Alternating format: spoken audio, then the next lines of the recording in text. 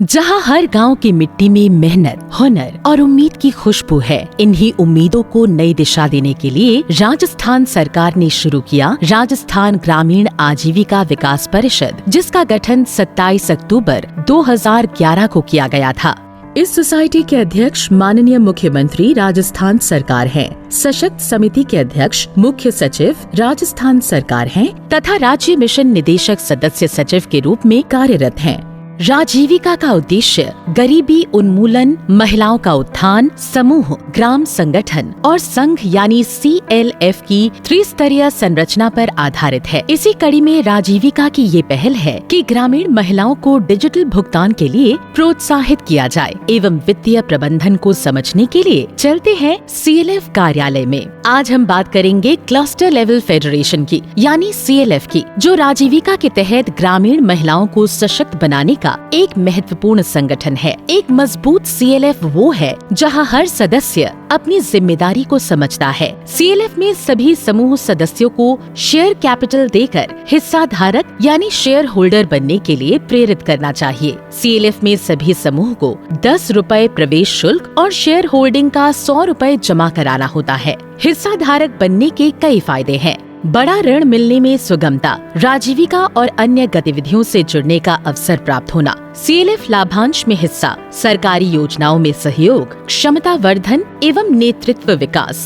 सभी राजीविका स्वयं सहायता समूह हिस्सा धारक बनकर ये भी लाभ प्राप्त कर पाएंगी। सभी अंश धारकों को अध्यक्ष एवं सचिव द्वारा हस्ताक्षरित अंश धारक प्रमाण पत्र दिया जाता है। अब हम चलते हैं आदर्श CLF की बैठक में। एक आदर्श CLF की पहचान उसकी पारदर्शी और अनुशासित बैठकों से होती है। CLF कार्यालय में बैठने की उचित व्यवस्था, आगंतुकों के लिए बैठने का समुचित स्थान, कार्यालय का साइन बोर्ड, महत्वपूर्ण सूचनाओं का फ्लैक्स पर प्रदर्शन, कार्य क्षेत्र का मानचित्र, शौचालय और पीने के पानी की व्यवस्था और सबसे महत्वपूर्ण सुरक्षा के लिए CCTV कैमरे होना आवश्यक है। CLF के अंतर्गत ऋण प्रक्रिया। CLF ऋण के प्रबंधन के लिए महत्वपूर्ण है कि सदस्यों को CLF से ऋण केवल समूह के माध्यम से ही दिया जाना चाहिए। A ग्रेड व सशक्त रूप से ऋण चुकाने वाले समूह को ही ऋण देना चाहिए। समूह को ऋण क्रेडिट प्लान अनुमोदन के पश्चात ही दें। क्या इसमें आप सभी की सहमति है?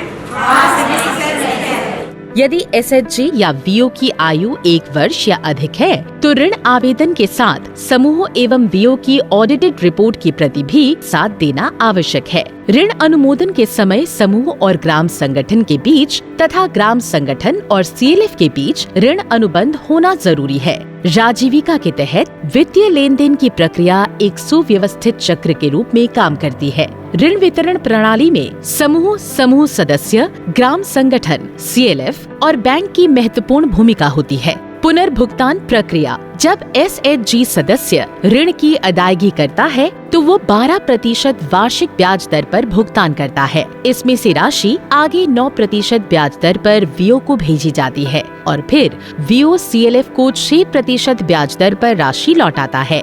इस प्रकार धन और ब्याज का प्रवाह SHG सदस्य, SHG, VO एवं CLF के मार्ग से वापस लौटता है। किश्त एवं सूची के अनुसार प्रतिमाह पुनर्भुगतान अनिवार्य रूप से होना चाहिए। CLF द्वारा वितरित सभी ऋणों का डेटाबेस एवं DCB रजिस्टर सुरक्षित रखना सुनिश्चित किया जाए। निष्क्रिय कोष 5% से अधिक ना हो। अब हम सबसे महत्वपूर्ण वित्तीय लेन देन और संपत्ति प्रबंधन पर बात करेंगे।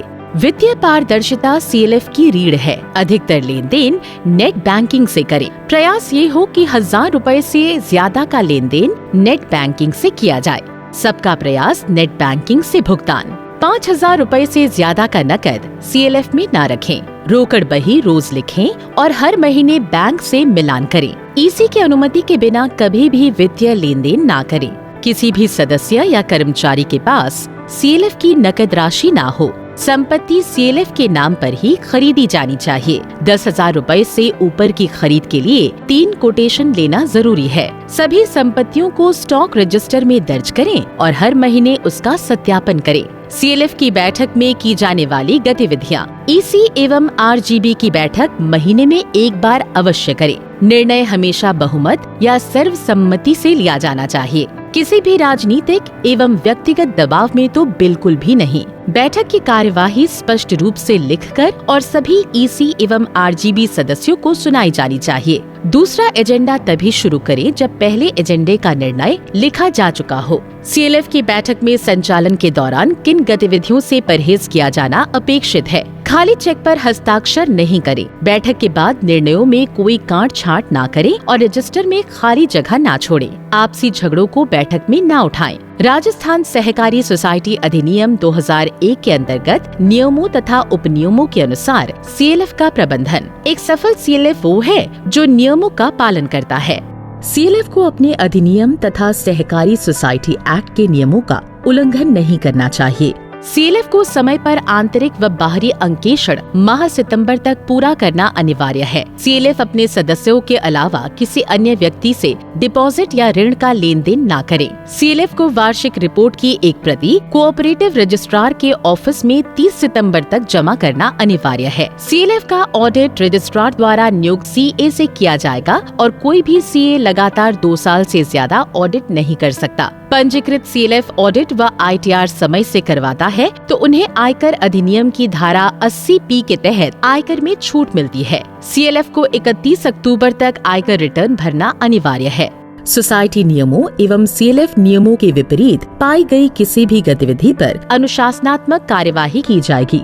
सीएलएफ के सभी सदस्य एवं कर्मचारी का कर्तव्य है कि सीएलएफ की कार्यकारिणी नियमों का सजगता से एवं जिम्मेदारी से निर्वहन करें और ग्रामीण महिलाओं के जीवन में सकारात्मक बदलाव लाएं। सीएलएफ के पदाधिकारी, ईसी सदस्य एवं कर्मचारी अपने अधिकारों के साथ साथ कर्तव्यों को भी समझें और निभाएं। और एक महत्वपूर्ण बात, पद का दुरुपयोग एवं अपने फायदे के लिए इस्तेमाल नहीं करना चाहिए। राजीविका सिर्फ एक योजना नहीं, ये एक आंदोलन है जहां महिलाओं के सपनों को पंख मिलते हैं, जहां आत्मनिर्भरता ही असली सशक्तिकरण बन जाती है। राजीविका सभी महिलाओं को मंच प्रदान कर रहा है, जिससे सभी महिलाओं को आर्थिक आजादी मिल रही है। राजीविका राजस्थान के हर गांव में उम्मीद की नई किरण, जहां हर महिला कह सकती है, मैं सक्षम हूँ, मैं सशक्त हूँ।